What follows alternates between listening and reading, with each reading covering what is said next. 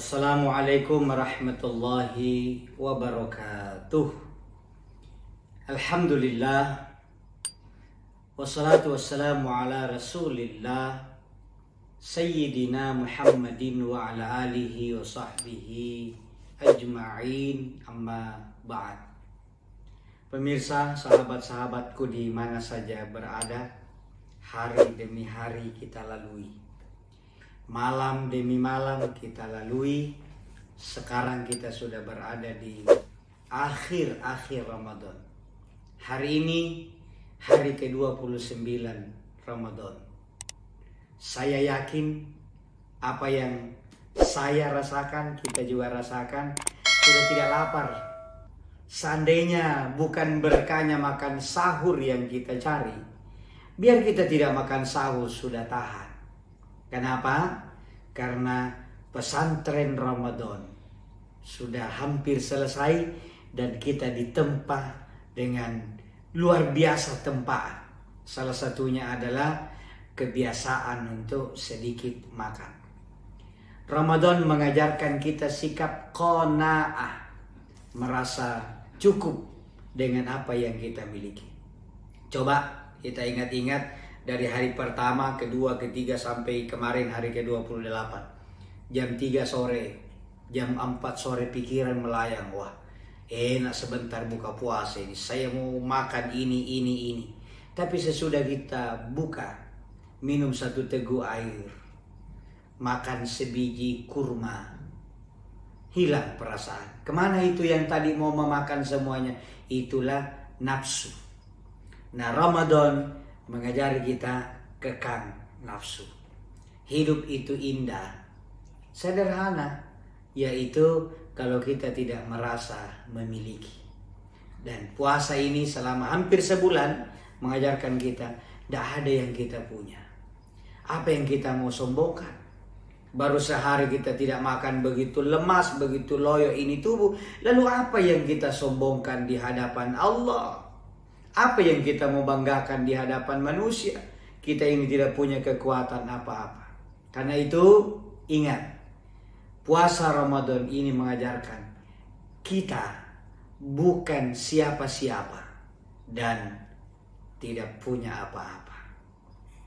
Ini cerita, ilustrasi, tapi kalau dunia sufi ini ilmu tasawuf. Pernah lihat tukang parkir. Tukang parkir ini luar biasa kehidupannya. Pagi-pagi dia sudah standby, stand plus di situ. Mobilnya datang satu persatu. Mobil dari segala merek. Bahkan penuh parkiran yang dia kuasai dengan mobil. Banyak mobilnya. Tapi dia tidak sombong. Dia tidak tepuk dada, lihat banyak mobilku. Tidak. Giliran sore, malam, satu persatu mobilnya pergi. Apa yang dilakukan tukang parkir? Menangis? Tidak. Protes? Tidak. Menahan? Tidak. Malah dia kasih jalan. Selamat jalan, hati-hati. Itulah tukang parkir. Ketika banyak mobilnya, dia tidak sombong. Ketika habis mobilnya, dia tidak patah hati, dia tidak putus asa, dia tidak sedih, dia tidak menangis. Kenapa? Rahasianya cuma satu. Karena tukang parkir merasa dititipi, tidak merasa memiliki. Ramadan mengajarkan kita jangan merasa memiliki. Karena itu hari ke-29 ini, harta yang kita punya, ayo cek rekeningnya, lihat hartanya. Apa yang dititipkan oleh Allah. Jangan bilang apa yang saya punya. Tidak ada yang kita punya. Kita cuma dititipi. Karena itu salurkan sebahagian kepada saudara-saudara kita yang membutuhkan. Uang kita yang ada di bambu kan punya kita. Besok lusa meninggal, salah sedikit, Pak, suami barunya istrinya yang nikmati. Siapa yang mau jamin kalau kita meninggal istri tidak kawin lagi? Makanya Pak, kalau ada uangnya sedekahkan, keluarkan di jalan Allah, bagi kepada orang miskin, sumbang masjid, sumbang pesantren. Bu, kalau ada emas jual. sedekahkan, sumbang di panti. Kalau ibu simpan emasnya, ibu meninggal, istri muda yang nikmati. Kita mau apa? Mau bangun dari kubur? Tidak mungkin. Jadi, ayo, jangan merasa memiliki. Merasalah dititipi. Dengan demikian, hidup kita nikmat. Ketika banyak harta, kita tidak sombong. Kita tidak merasa hebat, petentang-petenteng kiri kanan, memandang enteng orang lain, merasa paling bisa segalanya. Tidak. Dan ketika Allah mengambil titipannya, tiba-tiba usaha goyang, kita tidak perlu depresi, frustrasi, tidak perlu kecewa. Toh inna lillahi wa inna ilaihi raji'un. Ya Allah, kami ini milik Allah, dan kepada Allah kita akan kembali.